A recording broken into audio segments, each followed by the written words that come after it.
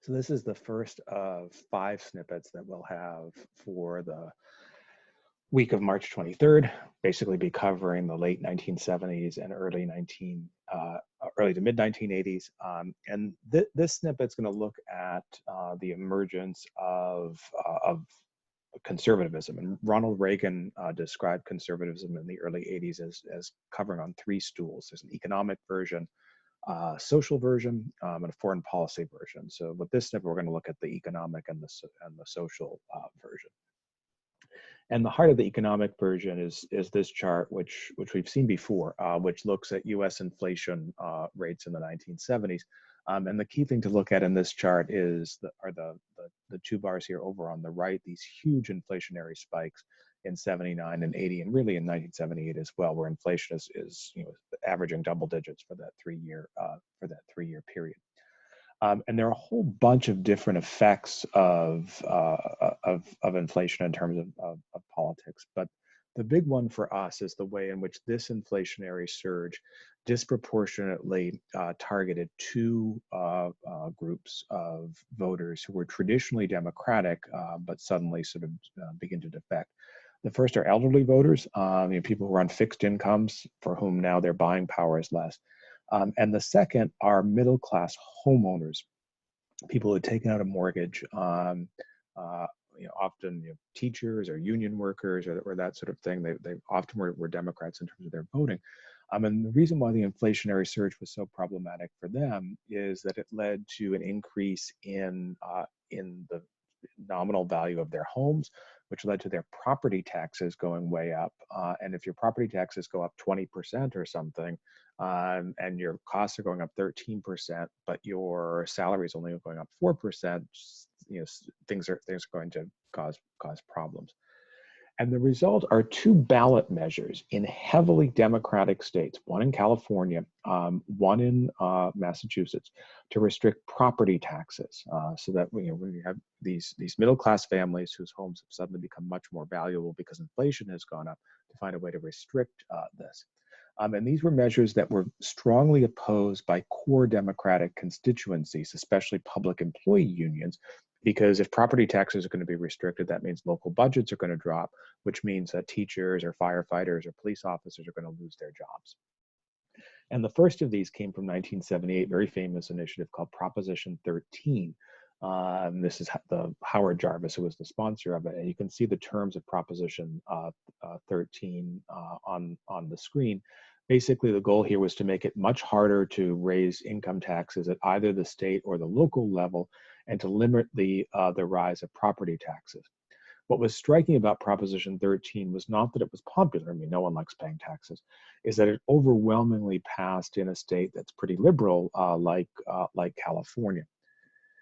An even bigger surprise came 2 years later in Massachusetts, one of the most liberal states in the country, the only state that had voted Democratic in the 1972 presidential election.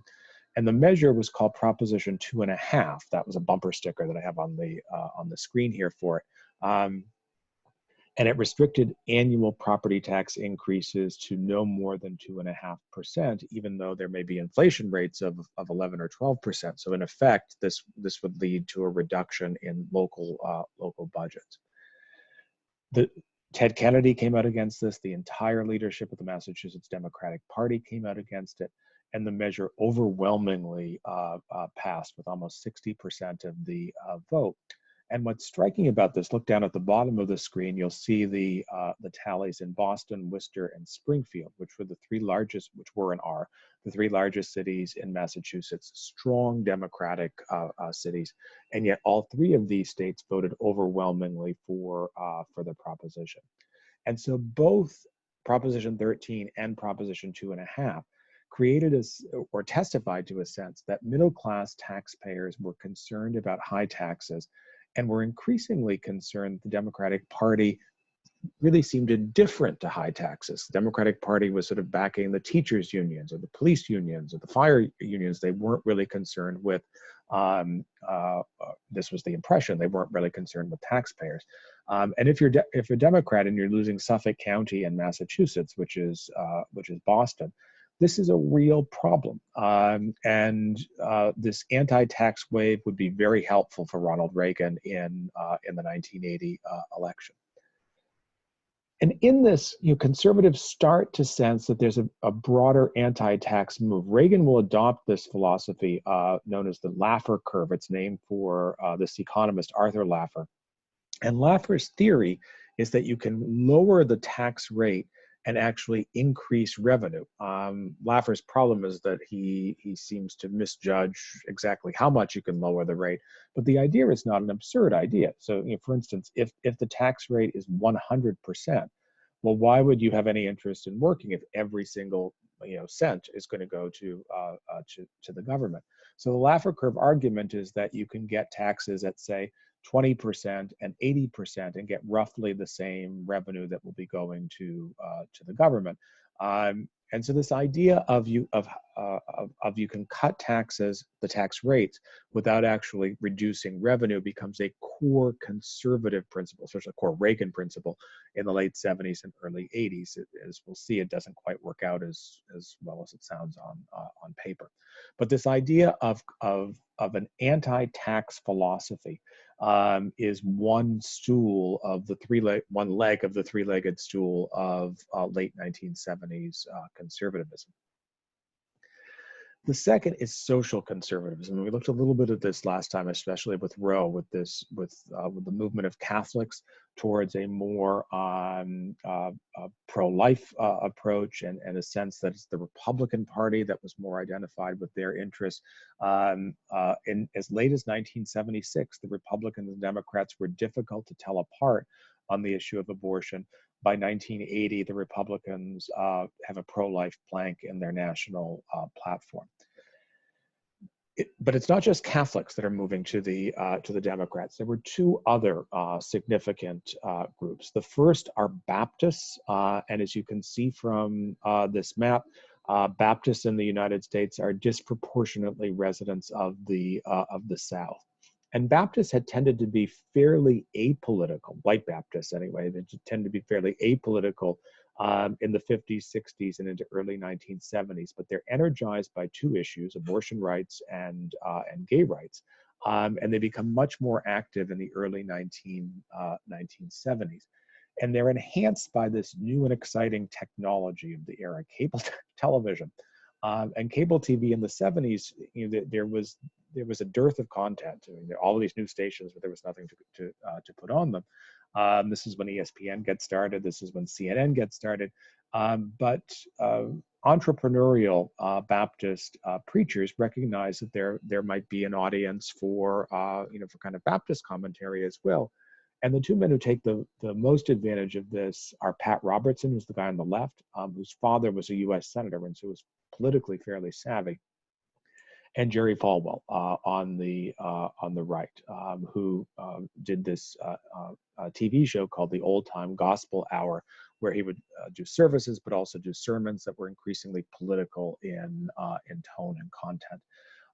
Robertson and Falwell hammered on the abortion issue in the late 1970s, but started increasingly focusing on gay rights, which was a much less popular issue at the time.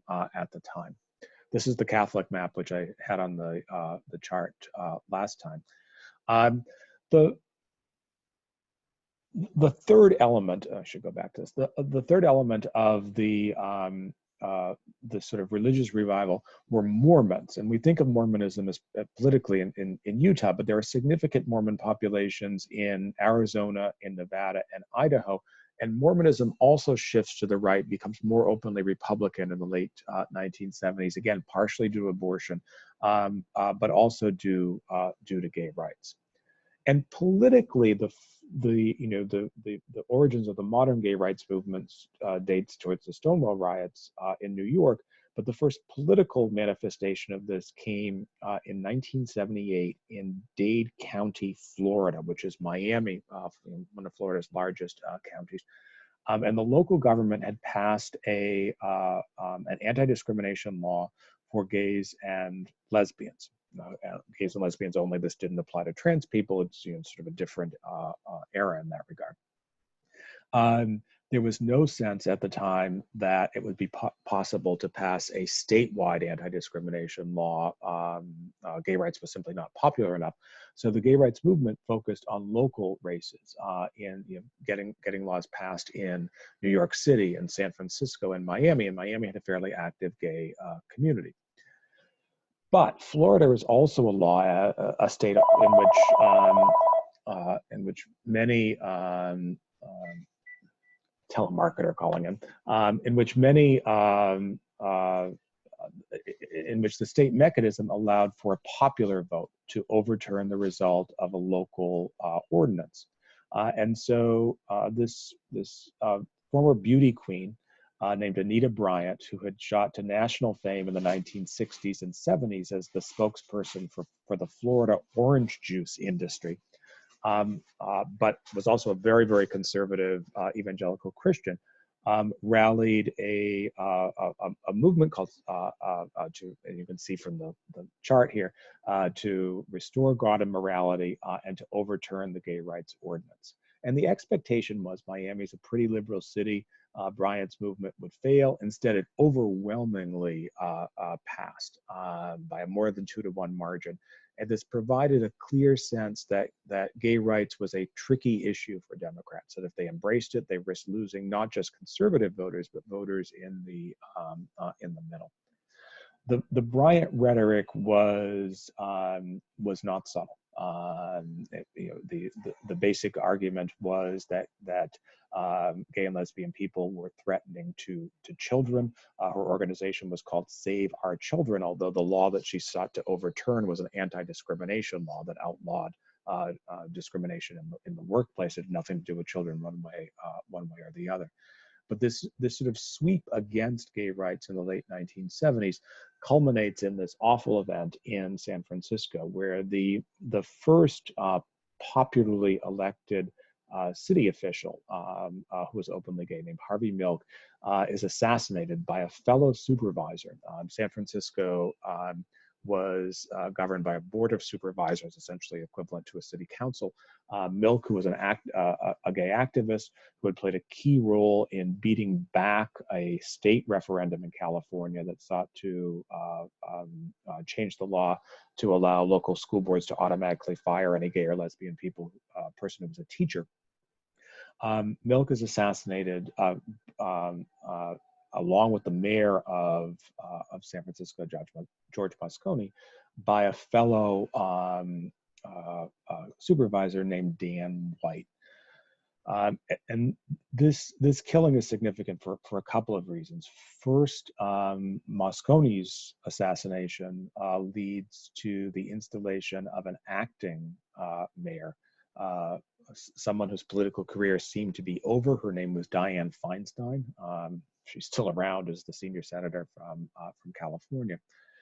Secondly, when White goes on trial, his lawyer raises a diminished capacity defense. The argument was that he was under great stress, and this is why he shot Milk. This comes to be known colloquially as the Twinkie defense, because the argument was that the fact that White, who was this physical fitness fanatic, shifted from eating healthy to eating Twinkies was an indication of his emotional distress. It was an absurd argument.